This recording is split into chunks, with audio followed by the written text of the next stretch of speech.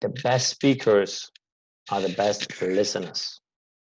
So you need to really listen and tune in to your audience. What do they really need? Maybe they say they need something, but you have to be so good that you can kind of listen between the lines. What is their unsaid need? If you can hit that and help them with what they didn't know they really needed, oh my God, you are really helping people.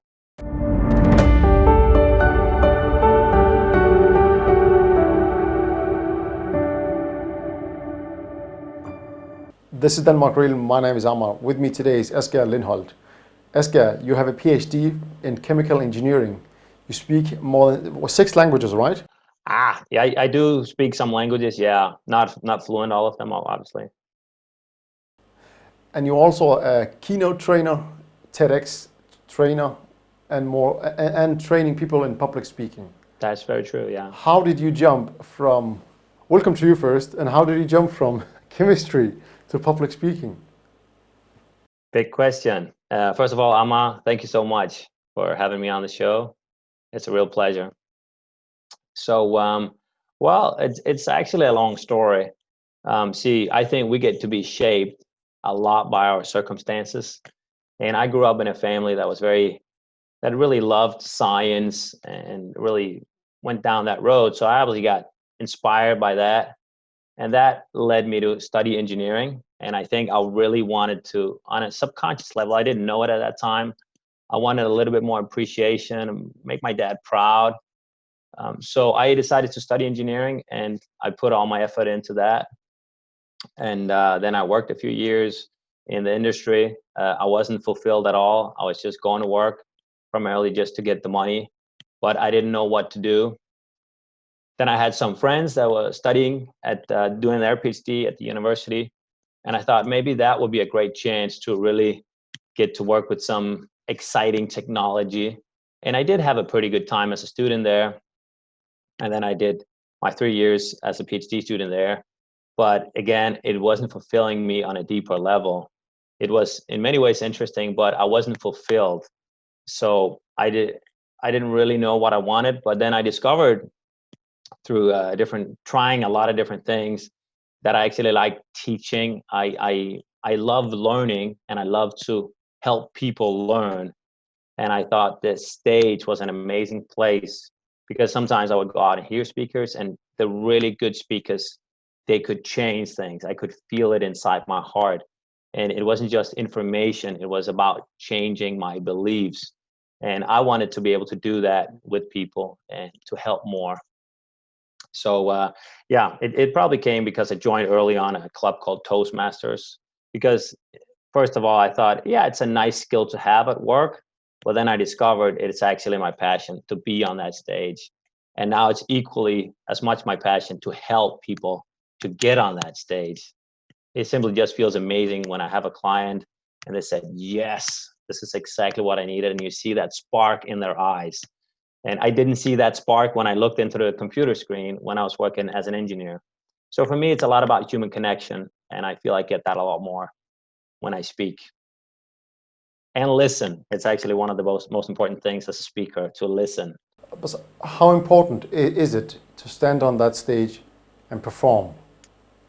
For me, it's not about performing. If you're a performer, it's not really you. You want to be yourself. You want to be your authentic self. You obviously want to be your best version. But for me, to see that I've helped some people, to have somebody a few years ago, I remember I spoke at a high school, and a girl came up to me afterwards, and she said, oh, I thought I was the only one that had that problem. I talked about how I was trying to find my passion. I didn't know really what I wanted. And another guy came up after the talk and said, now I know what I want to do. That just blessed my day. And I still remember this many years later. So this for me is true joy. So it is very, very important. Yeah. What are some of the difficulties that one could face while presenting themselves or getting out on the stage? So I think for the vast majority, it's fear. It's really, are you good enough? Are you worthy enough? A lot of times I see speakers that want to give a lot of information. They speak fast because all this anxiety hits us. Maybe we haven't been given enough love, attention, whatever the reason might be. So for most speakers, at least when they start, it's a lot about just being comfortable on the stage. So you got to get out there, get some reps, maybe 50, 100, and then you kind of, get used to being on the stage, being comfortable, having pauses, daring to be on that stage and just be comfortable being you, because that's ultimately what people want. Obviously, they want to see you in a good version. So dealing with the fear, I think, is the biggest thing for most people. Okay. So I see a lot of, let's say, people in high school, both girls and guys, that are really doing their best to get that best grade, and they focus so much about learning the material and not so much on presenting it. And it's like a kid. You have maybe something in your mind, but you cannot tell it. And if you cannot tell it, or you cannot present it, it doesn't matter that you know it. That's so true. I think presentation is so important, because you could have all the skills, but if you cannot speak it out, if you cannot communicate, it doesn't matter. That's so true. I mean, you can make the best, research in the world, you can have the best idea, but if you cannot communicate that idea, it has zero value. And that's why it's such a pity, because most kids in school don't learn it. I mean, the first 9 years I went to school, there was no training. I went to high school. We did a few presentations and no feedback on the delivery skills. I went to university, no training at all either. During my PhD, no training either. I did a few presentations at conferences and so on, but no training.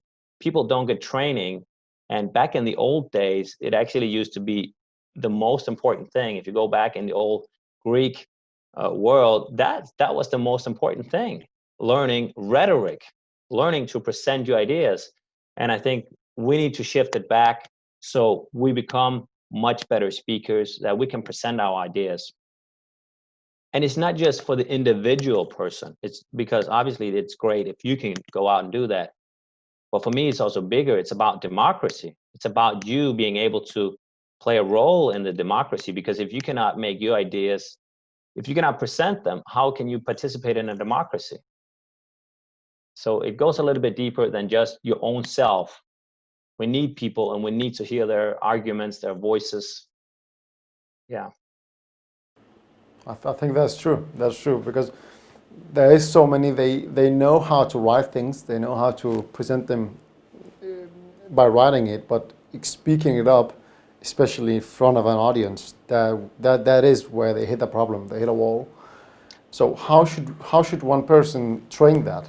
What are the steps to get that training and the necessary training? Well, the best thing I think is go out there and do it. Speak as much as you can, and record yourself. Record yourself. It can be could be listening to yourself. If it's too scary to see yourself on video, just listen to yourself. But also get some mentors that can really see this is where you need to improve. Read books, practice your speech. Find some people and practice it in front of them, because that's the best practice you can get. Studies have shown if you just practice at home alone, you're not going to get the best results. But if you can practice in front of people, you're going to get a much better result, because it's like a little bit more real. So it's a lot about training. It's a lot about having a system, because I remember when I started out, I would watch YouTube videos. I would go see other people speak. And all of this was great. But I ultimately think you need systems, because if you have a system, you can then improve upon that. If you get a tip here and there, it's a little bit hard to set it together. So when I work with people, I always try to give them like a framework, and then we obviously tailor it a little bit to them. But then you have a starting point. Like, how should you structure your talk, for instance? What is a great way to have a start? What needs to come after the start? So you really need to have a structure, in your talk, and then you can see, is that what other great speakers are doing? Are they doing that? And you can notice that. So you open the doors if you have some frameworks. So I think that is crucial. Okay. When you tell a story on stage, Yeah.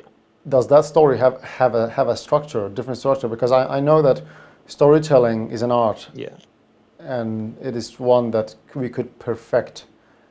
Not that it has to be perfect all the time, but it is an ongoing process toward that perfection. For me, it is, at least. I want to make it better and better. But there is something that's called the hero's journey also. Could you tell me about storytelling and all these kind of things? See, storytelling is amazing. Our brains are made for stories. If you notice conversation between people, you're going to notice that probably 2/3 of the conversation are stories. So our brain is really shaped for stories. The one, like back in the old days when we sat at the savannah, you wanted to be around the campfire with the best storyteller. Because if you listen to those stories, you would know what to do when you had to defend yourself against the lion, hunt down those animals. That's how information was passed on. So you wanted to be next to that fire. So the best storytellers survived. And that's why we are great storytellers. But for some reason, when we go on stage, a lot of times we forget to tell stories. We become so academic. We think we need to bombard our audience with information so they become info beasts. Like it's just too much. So there is a structure to great stories. And, pretty much all movies have that story. There's the hero's journey. It's a very typical journey. For instance, in the Star Wars, Luke Skywalker, that's a hero's journey, right? He has to discover himself. And a true hero, he has typically two journeys. There's the outer journey that is beating the empire, but then there's also the inner journey. And that is the most interesting journey we take. So for him, it's really about believing in the Force. It's his inner struggle with his dad, Darth Vader. And that is, for me, the most interesting. So a great story, you need to start setting the scene. We need to create curiosity. Something special has to happen. I could describe a scene. Oh, I'm out in my garden. I'm walking around. There's some flowers. That's boring. But if I say, hey, over there in the corner, there's a leg, part of a leg getting up through the ground. And it's like, oh, what's that? That's kind of interesting. That creates curiosity. So you need to describe the scene, and you need to have certain characters as well in a story. Science-based storytelling that really transforms people say that you need 3 characters. And you need, obviously, the hero, the main character, the antagonist that we are fighting. But the character most people often forget is the mentor. Every hero needs to have a helper, a mentor. If you see any of the like Superman, Batman, they all have some struggles. They all have mentors. They all have people that help them, because we cannot relate. We cannot connect with somebody that doesn't have a flaw. And that is why we as speakers, we should also not strive to be perfect, but much more just to be passionate. If you make a mistake on the stage, that's okay. Actually, your audience will like you for it. So once you have these 3 characters, you also have to have a conflict. The whole story, the heart in the story is the conflict.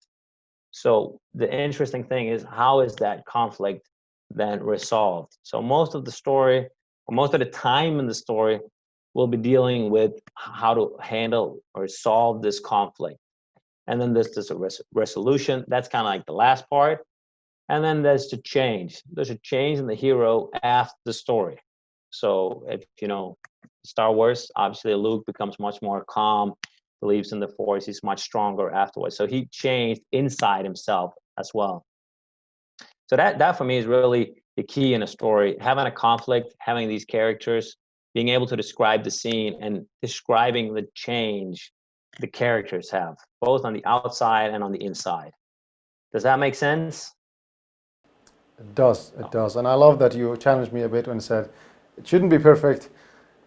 Yes, it could be better, but it's mostly about the passion that storyteller are coming in with. Yeah. That's really good. We don't need, we need to take off this armor. We don't need to be perfect because the audience will relate with us. I used to struggle so much with this. Do I still struggle with it? Yes, I do. Because we all just want to be loved, right? And we think for some stupid reason that we need to be perfect to be loved. But we're going to be loved anyway, even though we make mistakes. So if you're passionate and you're prepared and you have done your research, that you know your topic, you are so ready to hit that stage. Yeah.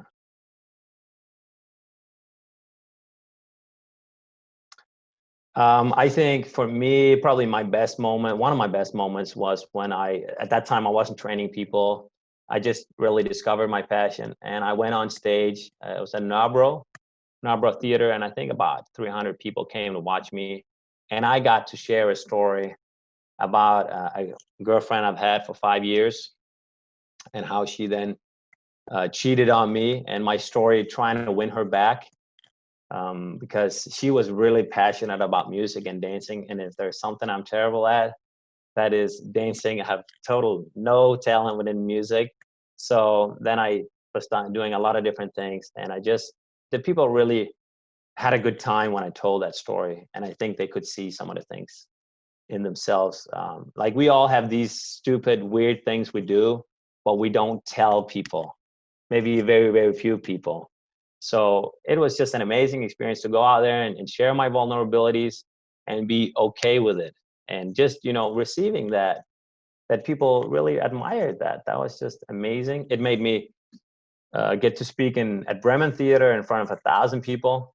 So I was doing something right. And that really also gave me like, yeah, maybe I can push this a little bit further than just, a night out having fun.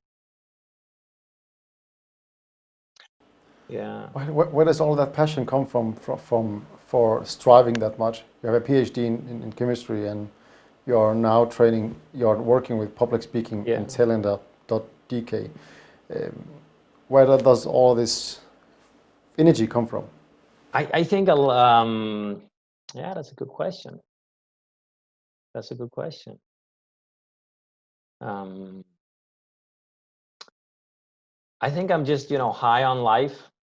I really like life, and I want to make the most out of this one. Maybe we get a second life, but I'm saying, what if we don't? Why not make the most out of it? So there is a passion to do it. And I think if you look at psychology, for instance, Maslow's hierarchy, right? Up in the upper part, it is self-development. I have my basics pretty much under control. Food, safety. I got my beautiful 3 kids, my wonderful wife, all of those things. Not that there aren't issues now and then in the lower parts. Of course there are, but I think that helps me to really go in that path towards self-development. So when I train people, when I get on the stage, it also transforms me as a person. And I just love that. I think progress is beautiful. I used to go very much and strive for the results. Of course I do that. But for me, it's just, wow, I had a great session with someone, or if I get mentoring, because I get mentoring too. And I go from there and like, yeah, that changed me. I got some new insights. That just really makes me happy. I would much rather develop my inner self than my outer self. I think a lot of people spend their money on houses, cars, and nothing wrong with that. Of course, you should. But for me, the most interesting part is the inside, developing that. So I think that is one of the reasons. Another thing, probably I grew up in a family with a lot of fights, a lot of yelling, a lot of screaming between my parents. And my dad had a little bit hard time to really show that appreciation, show that love. So for many years, I struggled with my self-worth. And as a compensation, a lot of people try to seek outer success.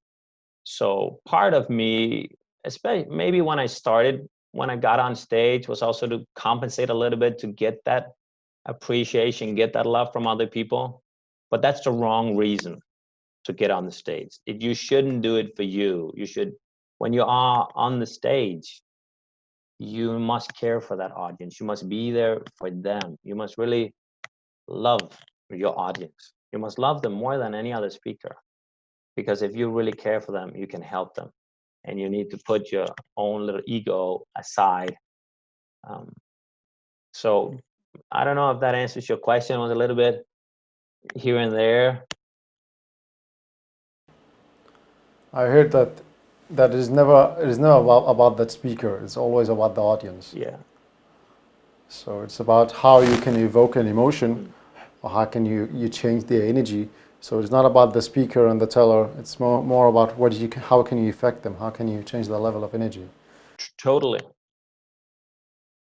I mean, you just said the most important thing that any speaker should do. Like, it's not about giving them information. It's not about giving them all of those things. It's about changing a belief, because as you know, if you change a belief, anything is possible.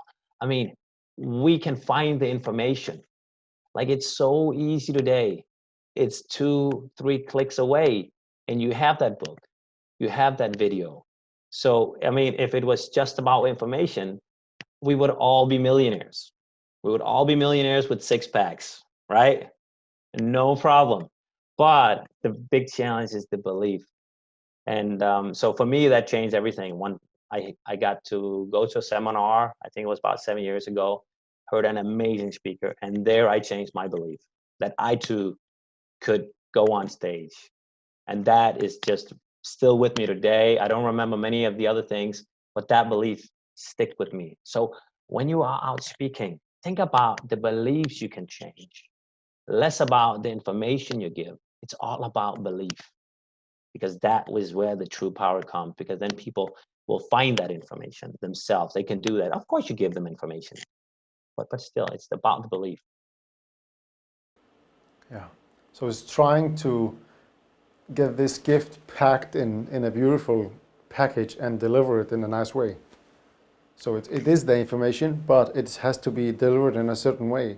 So it is not just that information that are very academic, because that is just, it's not showing them any picture. Because storytelling, isn't it about showing them it, like not telling them it, but really showing the story, folding it out and show them the places, putting imagery things in their mind and senses to try to connect with that real happening that happened back then in the story. Yeah, you're so right. I mean, you could be teaching this yourself. I mean, there are 2 ways we can learn. We can go out and we can do something. We can try it ourselves. That is typically the best way to do it. But then the second best way is through a story, because our brains are made so that we can imagine things. We're the only creature on this planet, and we can imagine things. So when I tell my story, you will put yourself into that story. So if you can describe the pictures, like you said, the emotions, what happened, you know, can you describe that scene, that thing that happened, those thoughts you had in your mind, all of that, so the people become, part of that story, and they put themselves in there, then it's like actually like having been there, having done that. So that's why it's so powerful. It's visualizing things. And I mean, we should visualize more. I will do that sometimes before I speak, visualize my speech. And it's a beautiful thing, because it always turns out perfect when I visualize it. So my brain automatically gets some, wait, man, that, 10 great speeches in my belt right here, that helps my confidence. So going out there and doing it is the best thing, but also visualizing it. And like you said, really put the pictures, put the emotions on that. So we are actually transferring experience. So I have an experience in my body, in my mind that happened to me, and I want to transfer that over to you. And I can do that through a story, where I show you the whole thing, with everything, with the feelings, the emotions. And this is the thing that I see actually, when a person tells a story on the stage, if you cannot relive it, it's just dead. Just dead story. You're not there in the story. You have to be there in the story. Am I also on something? I mean, again, it's beautiful what you say. It's so right. It's so right. And I love your words. I love your words. You know, the thing about you transfer a story to them or an experience to them. I mean, that's beautifully said. I love that. I'm gonna take that with me. Yeah, because it's downloading information onto their minds, and not only information. It's actually the whole story, the whole experience that you are downloading You get the whole down to the. thing. I mean, you get the whole thing because when you wake up in the morning or if you think about a special place, you don't think about a piece of information. You think about a feeling or a picture, right? When I think about my daughters, I don't think about, you know, how old they are. You know, I think about, you know, I get that feeling if I pick her up from school and I see her run towards me, all she can with that smile on, and she yells, "Dad," and she gives me this hug that I can really feel. That's what I think. And that transfers that experience. So that's very right. And as you said, you need to be able to relive a story. Don't just retell, you know, relive it. So, for instance, a great way to relive a story is to put in dialogue. And I stood there in the door, and then the old gray man said, "What are you doing here?" Right? So you get to become in the scene. I'm just making something up now, but that's a dialogue. A dialogue, he just said something. You feel you're right there. I mean, I could have put more words on, described it more if I was telling a story. So put in dialogue every now and then. That's great. 99% of speakers, at least I would say novice speakers, don't put in enough dialogue. I think also these movements with your hands, like I felt like my hair is standing and I had so goosebumps. You are showing it really, and you feel it at that moment. And I think it's storytelling is so beautiful because words are not dead. Words are symbols for something else. Yeah. And if we use words just to describe words, just to use them academically as a word, it is dead. It is just an information transformation or transferring. It is not the experience, and if it lacks experience, it is just dead. For me, at least, it is. Yeah, I totally agree with you. I mean, we are human beings. We are emotional creatures. First of all, we have emotions. And I love the word emotion. Emotion. You need to have an emotion to move. So if you cannot move your audience, if you cannot create emotions, you're never going to move them. You have to create emotions. But again, we live in a society, sometimes we're scared of showing emotions. Maybe we're scared of our own emotions. I mean, we run away from them. There are so many people running away from them. Do I do it every now and then? Of course I do. I try not to, but we overeat.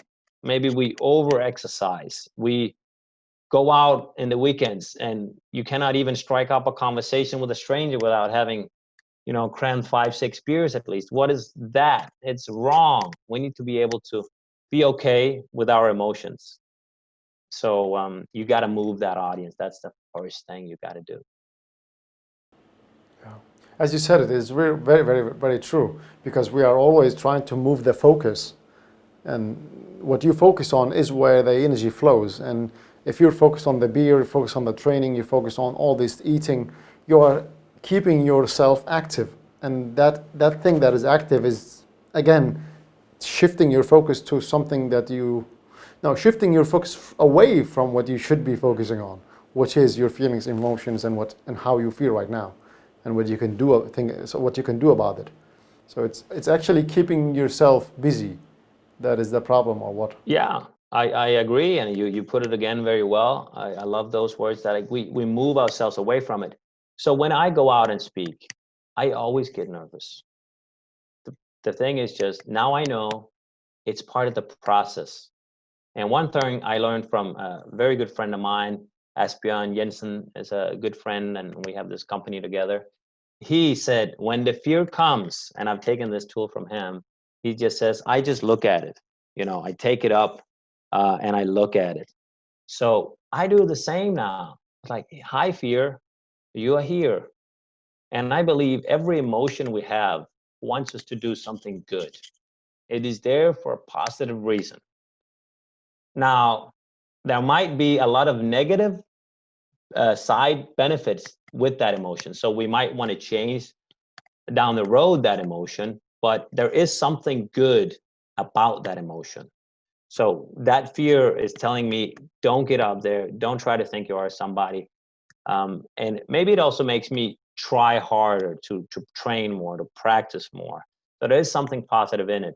But instead of running away from it, I stay with that feeling. And the funny thing is, it becomes less. If you dare to stay with the emotion, it will be diminished over time. It comes from a psychological genre called acceptance commitment therapy, meaning just stay within that emotion and you'll feel better. So when the fear comes, don't run away from it. Embrace it, hug it, think about the positive things it's doing for you. And then I say, okay, I'm going to do it anyway. Does that make sense to you? It's pushing the limits, and it's also right, because think about it. If there is nothing pushes you back, or nothing, if there is no challenge in it, it's not fun. Think about, I'll try to put it in some imaginary. If you are a guy going after a girl, if she is easy, you will be tired of her like that. It's not fun, and it is not. It just, I got her. So what? But if it's a challenge. I think it's you fight for her and you want to get her. Yeah. It's like a lion running after a gazelle. If it just lies there, it's boring. It has to be a challenge. It has to be something where you are actually putting some work in, and there is forces that fight you back. Is it something like that? I think so, yeah. I mean, flirtation is a great thing where you're flirting back and forth, you're kind of teasing each other. You don't really know, is she interested, or am I interested? So there is a bounce back and forth. I do think so. And as with anything, the harder it has been, the more you appreciate it. So if it was easy, you don't appreciate it so much. And that, for instance, at the moment, I'm being mentored by a guy, and I pay the guy money, obviously, to get this mentoring. But that also means I will put in more effort because I've put more at stake. So you can say if it's easy, you're probably not going to do it as much. Yeah, that I agree with that. Yeah, because what is the problem with not paying money for something? It's because it's a lot of people think that they should get it for free, but that is not going to help them that much, because you are not going to take the course seriously or the mentor seriously. No. This is what I found myself, actually. You're not going to, because you're just accountable to yourself. And for me, that is probably, I mean, maybe that is just me, but for me, that's kind of a low standard. But if I'm accountable to someone else, that helps me. So one of the best things people can do is get a mentor, or if you want a cheaper version of a mentor, is an accountability partner. Find somebody that you exchange, let's say, a weekly plan with, and say, this is my weekly plan. I'm going to do this and this and this. And then next week, when you talk, maybe you talk Monday at some time and say, okay, I didn't get this and this done. You have to justify to that person why you didn't do it. So that's a little bit of pushing yourself and being more accountable. So yeah, a lot of people, if you take an online course and you buy it at Udemy for $10 or $20, I mean, how many finish that course? Very few people, I think, maybe 3%, 5% max. But if you paid somebody $5,000 for training, obviously it's good training. If you pay that amount of money, you will finish the course. You will probably do every single thing that guy says. So put in, I mean, the more you want it, the more you should put in, I think. So back to the tips for the training of a person that should be, just if I want to go on stage, which I will be going, what should I do?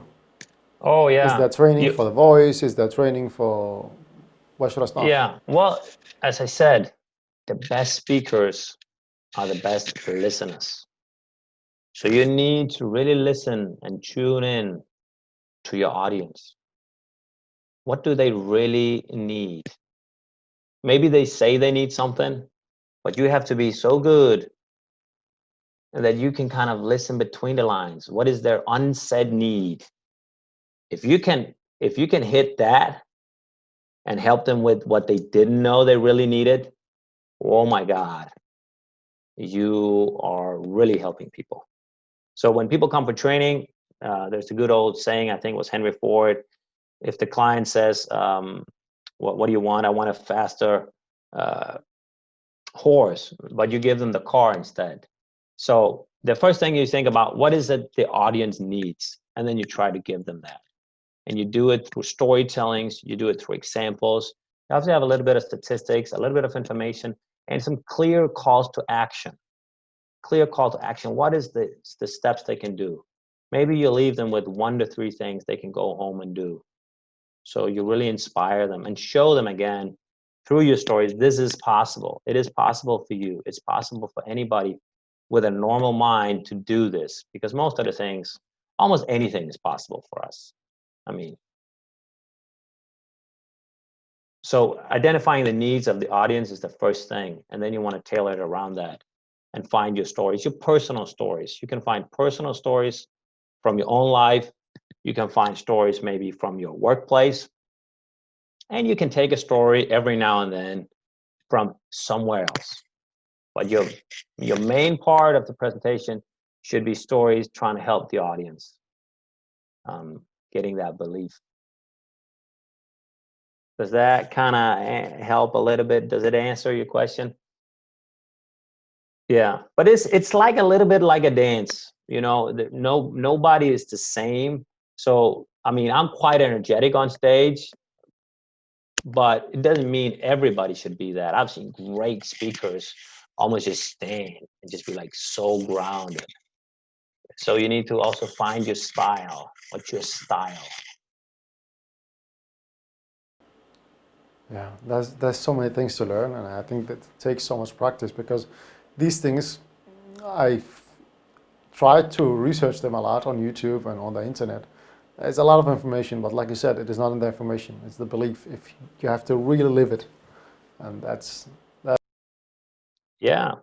And I would much rather have a passionate speaker that goes up there and just really shows that passion and tells it, and you can see he loves it, and rather than some boring speaker that have, 20, 30 years experience and just totally dry. It's about, loving it, emotional. What were the worst moments on the stage? Oh yeah, obviously that is going to come. I remember it was about 3 years, probably 3 years ago, a little bit more than 3 years ago. I got to speak at a network event. I was about 100 people that came there, and at that time, my twins were just about 6 months old. So, and I had an older daughter at that time; it's about 3.5. So obviously, sleep was not big on my schedule. So what happened was I was scheduled to speak 7 in the morning. So I usually I will always warm up. I will warm my voice up. I will warm my body up. So I'm in the best possible state. So when I hit that stage, I just feel like a winner. This is going to be amazing, and I'm going to have fun and enjoy it. But that morning, I decided, you know what, Asger, you've done so many speeches. It's okay. You don't need to warm up. Get that half hour, 45 minutes of sleep more. So I skipped it, and I could just feel how nervous I was on the way to the place. And I started speaking. And after about, I think, 2, 3 minutes, I asked the audience a question. How do you make a great start? What are your tools? So they had to talk together. And there's this old alpha male sitting on the left to me up in the front. He came with a comment why my start was terrible. And I just remember I just, crumbled. Little Asger that didn't get the love and appreciation from his dad. I'm probably not worthy to be here. who am I to think that I should be on the stage? And it was just 20 minutes of pure pain to get through that presentation. It was, yeah, it just felt so terrible. And I was mad at myself for not preparing well enough. I was mad and frustrated because how could this one guy with that one phrase make me just completely collapse? Like I felt I had no backbone. So I went out there, I took an apple, I remember, from the buffet, went out and just hammered it into the ground and said, I thought, is this really it, Asger? Is this what you want to make a living off? If you cannot handle even that pressure. So I had a day. I thought a day, full day. Is this really gonna be it? And then I decided, you're gonna come back stronger. I am gonna come back stronger. I'm gonna learn. I'm gonna grow. And yes, it did cost me some therapy lessons to get over this one, but it helped me. So now when I go on stage, I don't just go on my own. I have my own fan group, up in the spotlight up there. I have my best friends. I have my family, and they look at me. They support me. So if I should, for some reason, feel alone or getting that comment, and they obviously all knew each other and they had a good laugh on my expense, I know I'm worthy and they're there with me. So that's my fan group, and I bring them with me every time because we are human beings. We need love. We need to feel belonged. And that is a tool I use, and it makes me calm down. It makes me know that I'm loved and I belong to somebody. So that was the worst experience. But it was also a great tool because it helped me learn more. It helped me grow. But when it happens, it's obviously not fun. But then looking back, it's one of the best things that happened to me. So we learn from our mistakes. They're not fun, but ultimately those are the biggest learning points. But and I see a lot of people always say we learn from our failures, which is true. We do, but it also needs to be, at least for me, I need to have a certain amount of successes for me because I'm a human being, and then, yeah, here's a failure. Okay, here I can improve. But that was obviously a big one. So yeah, that was a terrible moment being in front of those 100 people, and I felt maybe they pitied me for the next 20 minutes, and my voice just, so Blumped. yeah. So how do you maneuver that? So he said something like that, Yeah. and The how do you show had react? to go ahead. How do you react? Oh, I mean, I just answered his question, and he said, you need to introduce yourself first. And the fact was, I had been introduced by the conference chair at that place, and I think we shouldn't spend too much time talking about ourselves. And then I said, "Oh, my name is Asger," and just kind of continued. But obviously, I think everybody could see my confidence shattered. So I didn't have a big, strong scaffold at that time. So it's about having, like you said, we talked about this before we started our talk here, about having routines. Routines as a speaker is crucial. Like I have a routine before I go on stage. I have my own voice program. I will have some music I will listen to. I will make sure I get some laughs in.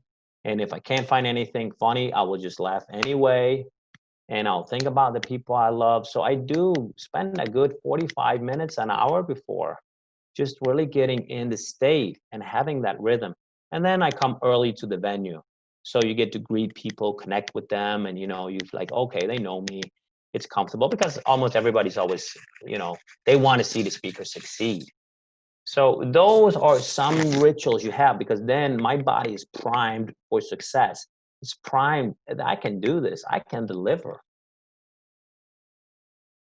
So finding routines to get you in a peak state, like any athlete, they will warm up. How are your morning routines? Do you have any daily routine that you are really hang on to continue your success? My morning routines are typically being waken up by my kids. They still get up pretty early. I would love that I could wake up an hour earlier than them. But when the day is over and I put them to sleep, I'm just, I do some reading. Maybe I do a little bit of work on my business, write something. So a lot of reading, watching things, trying to learn, put in a good hour of learning. That for me is important to keep learning, to keep growing. But the morning is much around the family. Yeah, And that's also important. it is. It's the most important for me, at least. So for me, it's a lot about having time to read, to learn, and at the moment, I'm diving into like breathing. I used to think a lot of health would be sleep, exercise, and the food we eat, but now I see breathing. Breathing is just as important. Having good breathing techniques.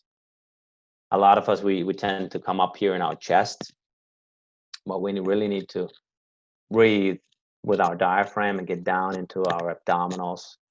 And you can use that to also change your own state. Yeah. So controlling your breath and techniques. Are you training that? Yeah, Is that an exercise? yeah. I can give you an exercise. Actually, one I just did before the show here started, which I learned from Steve Severin, one of his newsletters. He's this. I think he held his breath for 22 minutes, and he's just an expert really on breathing. He knows so much about this. So one of the things he does is like the thing that makes us calm, that makes us relaxed, is actually when we breathe out. You know that if you make a sigh, you're like, ah, that's where you get your relaxation. And most people, if we think about it, until we think, I need to take in the air, but that's actually the stressor. You become a little bit stressed when you take in the air, and then when you breathe out, you relax. So the trick is really having a long breath out, long breath out. So what I learned from him, and I can measure it if I have my pulse watch on, I can see my pulse will drop.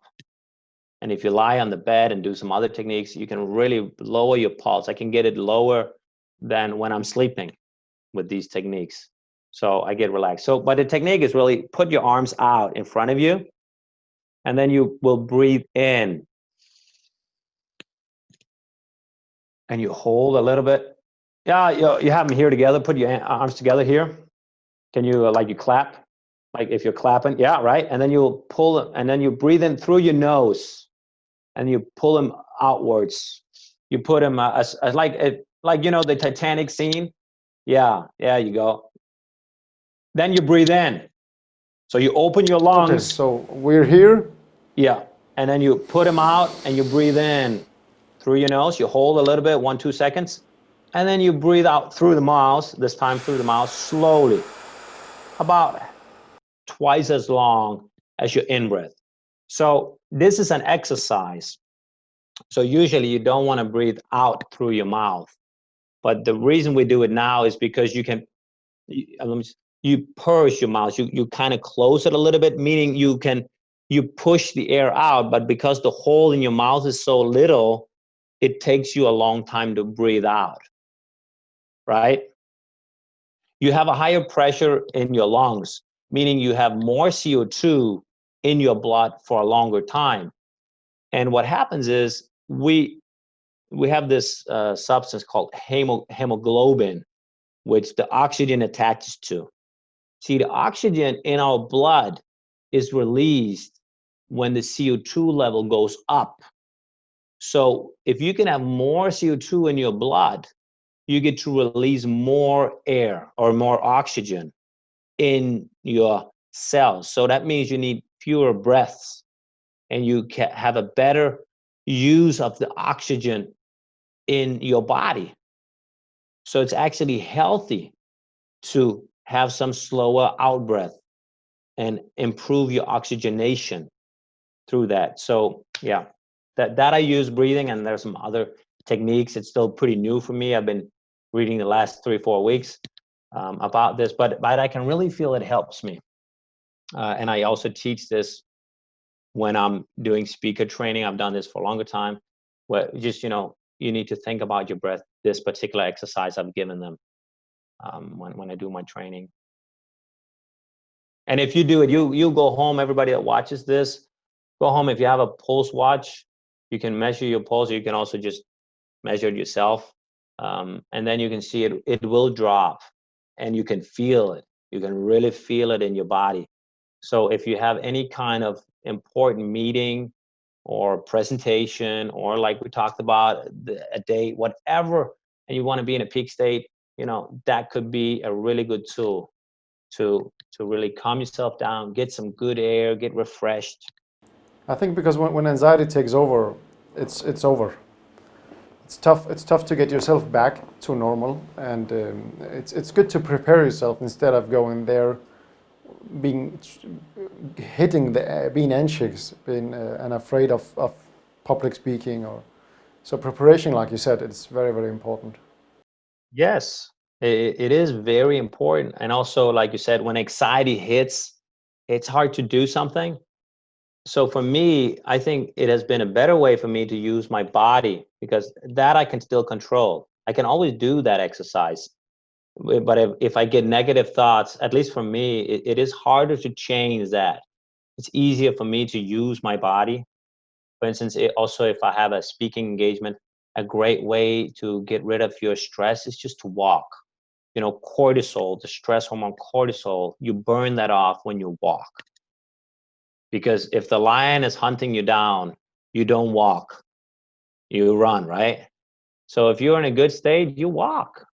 You have time. So if you can do a walk, and if you're nervous the day before, have a good 1-hour walk. Burn that cortisol off. Do it on the day if you're speaking later. So controlling your breath and have a walk, and try to research maybe how to give a speech, and go practice. Maybe in front of your family at first, so they can give you feedback. And I also noticed one thing more, actually. I learned it from Jordan Peterson. He looks directly into the people's eyes when he speaks. And so he's not communicating with 50,000 people. He's communicating with one at a time. So he looks at you and shifts his eyes from person to person while he tells the stories. He's amazing at communicating. He is such a great speaker. I mean, I love his talks, and I love you can feel that passion, and those eyes, man, they capture you. If you're sitting there, you're not gonna, if you're a student, you're not gonna be like, oh, Facebook. I don't think so. You're like, I got you.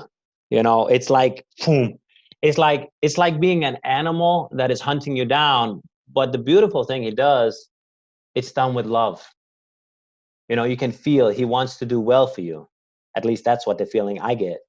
But it's very powerful, that those eyes. So really like you said, get that eye contact, look them in the eyes, because when we look somebody in the eyes, it's not just, we don't just see the face, we don't just see the eyes.